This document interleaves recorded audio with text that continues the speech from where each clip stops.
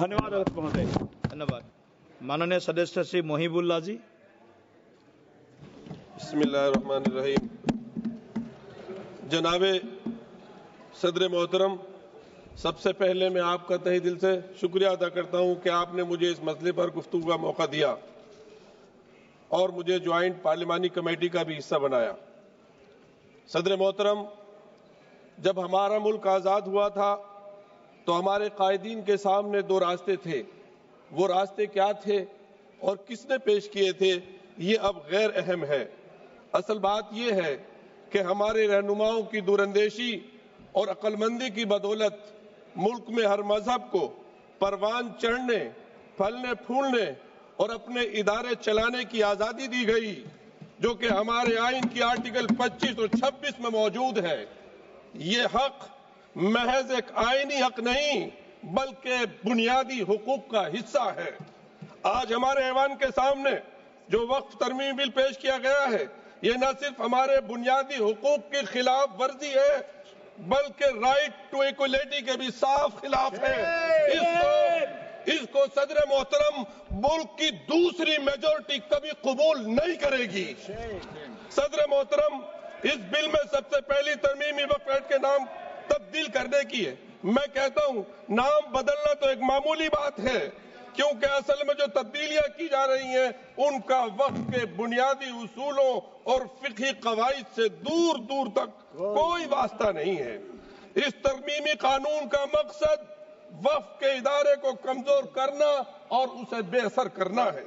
तारीखी तौर पर वक्फ के जितने भी कवानीन बने हैं वो इस उसूल पर कायम थे कि मजहब में दिए गए वक्फ के उसूलों और शराइत को खत्म ना किया जाए। सन 1913 का मुस्लिम वक्फ एक्ट, जिसका माननीय मंत्री जी हवाले दे रहे थे, इसी नियत से लाया गया था कि वक्फ के उसूलों को कानूनी तौर पर तस्लीम किया जाए, ना कि उन्हें तब्दील किया जाए। सन 1923 में, सन 1954 में, सन 1995 और 2013 के तमाम तरामीम वक्फ के तहफ़्फ़ुज़ की नियत से लाए गए थे और इसको कुव्वत देने के लिए लाए गए थे, ना कि उसको कमजोर करने के लिए लाए गए थे। वजीर मोहतरम को यह एतराज था कि हमारी लाई हुई तजवीज पर मुस्लिम कम्युनिटी शक कर रही है। बेशक वो कह रहे हैं शक कर रहे हैं, इसलिए कि उन्होंने वक्फ के उसूलों को और फिक़ही कवानीन को मद्देनजर नहीं रखा। सदर मोहतरम, आप खुद जेपीसी में थे, मैंने सवाल किया था कि इस वक्फ को ड्राफ्ट करने में कितने मुस्लिम स्कॉलर थे, तो वाहिद 12 लोगों की कमेटी में एक आदमी था, वो भी ज्वाइंट।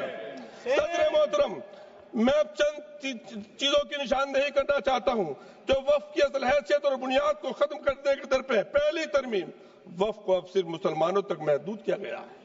मैं दिल पर हाथ रखकर कह सकता हूं सदर मोहतरम, एक जाती वाक़या बयान करता हूं, पार्लियामेंट की मस्जिद के सामने रहकर सारे देशवासियों के लिए दुआ करता हूं। मैं अब दुआ कैसे करूंगा जब ये महदूद कर दिया जाएगा। मैं एक वाक़या आपको बयान कर रहा हूं। अभी राजस्थान में गया, तिजारा के पास एक गांव हसनपुर है, उस शादी में गया, अजान की आवाज आई, मैंने कहा यहाँ मस्जिद कहाँ है भाई? जब मस्जिद देखी वो बड़ी सुंदर मस्जिद थी। मैंने पूछा ये मस्जिद कैसी है? उन्होंने बताया कि यहाँ 400 साल पहले कोई दुर्वेश थे, इस पेड़, वो पेड़ भी अभी बाकी है, वो यहाँ बैठते थे और यहाँ से हमारे हिंदू महाराजा जी गुजर रहे थे, उनको बीमारी थी, वो ठीक नहीं हो रहे थे। किसी ने कहा कि उनसे दुआ करा लीजिए, उन्होंने दुआ की, वो ठीक हो गए। बाद में जब गए तो महारानी ने कहा कि अपने लिए दुआ करा के रहा, तुम्हारा वारिस कोई नहीं है। वो फिर दोबारा गए और अल्लाह ने उनको उनकी दुआ को। हमारे देश सूफी ऋषि मुनियों का देश है, ये वलियों का देश है, ये तमाम धर्मों की जो रूहानी शख्सियात है उनका देश है। आप दुआ करने से रोक रहे हैं सर, गैर मुस्लिम को वक्फ करने से रोक रहे हैं आप सर। गुज़िश्ता सर, एक इसके अलावा मुसलमानों को भी अपने ईमान का सबूत देना होगा। सर, मैं इमाम हूं, इमाम हरम मक्के का हरम भी किसी शख्स को यह सर्टिफिकेट के लिए मजबूर नहीं दे सकता कि वो प्रैक्टिसिंग मुस्लिम है। जब कोई प्रैक्टिसिंग मुस्लिम होगा ही नहीं तो वक्त कैसे होगा सर? वक्त तो खत्म हो जाएगा सर।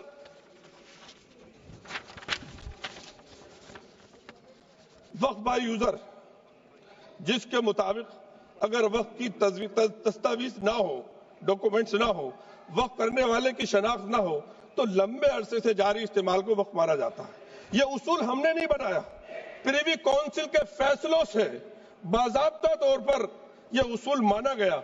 सर 100 साल पुरानी मस्जिद तो बाकी रहेगी, लेकिन 600-700 साल पुरानी अगर मस्जिद का कोई रिकॉर्ड नहीं है तो आप कहेंगे ये वक्फ यूसुफ नहीं है।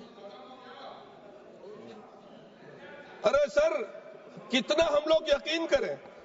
तीसरी तरमीम, बोर्ड के इंतखाबात को खत्म करके उसे मुकम्मल सरकारी इदारा बनाया जा रहा है। दिल्ली की मिसाल है उसकी। दिल्ली वक्फ बोर्ड को तहलील करके उसका इंतजाम एक एडमिनिस्ट्रेटर अफसर के हवाले किया गया, जो एक तरफ रिलीजियस कमेटी का चेयरमैन था, दूसरी तरफ वक्फ बोर्ड का एडमिनिस्ट्रेटर था। उसने बहादुर शाह जफर ने जिस मस्जिद के लिए रिपेयर के लिए बोला था, मेरे पास डॉक्यूमेंट्स है उस मस्जिद के, वो रातों रात मस्जिद अखुंजी महरौली में शहीद कर दी गई। सर इससे ऐसा मैसेज आएगा। हम लोग, मैं तो इससे मैसेज क्या, बहुत से लोग पता नहीं क्या क्या कहते हैं सर, लेकिन हकीकत ये है कि शायद उनका आखिरी हो ये सितम। हर सितम सोच के हम ये सह गए, हम वफा करके भी तना रह गए। हमारा नाम क्यों नहीं लिया जाता आजादी के? कितनी कुर्बानियां दी हैं सर।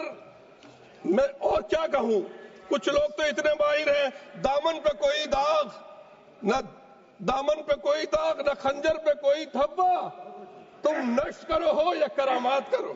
धन्यवाद जी, धन्यवाद। सर हमें उनसे वक्फ की उम्मीद कैसे कर सकते हैं जो नहीं जानते वक्फ क्या है? धन्यवाद। उनसे कैसे उम्मीद है वफा की? सर मैं अपनी बात को खत्म कर रहा हूँ।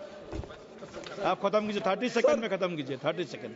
सर मेरे प्यारे वतन में एक कल्चर को परवान चढ़ाया जा रहा है, जो कल्चर मेरे मुल्क का नहीं है। मैं अपने दिल की आवाज से कहता हूं, हजारों साल तहजीब का जो कल्चर हमारा जो देश का रहा है, यहाँ मैं अपने इस्लाम धर्म और ईसाई और जूस धर्म के हिसाब से भी कह सकता हूं कि मैं स्कॉलर हूं, और आप सबका सम्मान करते हुए कह रहा हूं, सबसे पहला इंसान और सबसे पहले इंसान के साथ जो हम सब की माँ, जिस नाम से भी कहे, भारत माँ कहे हमारे उसमें, या ग्रैंड मदर कहे, वो हिंदुस्तान आए थे। तुम्हारी तहजीब अपने खंजर से आप ही करेगी। मिथुन Reddy ji, you please start. बनेगा। You please start. Thank you sir.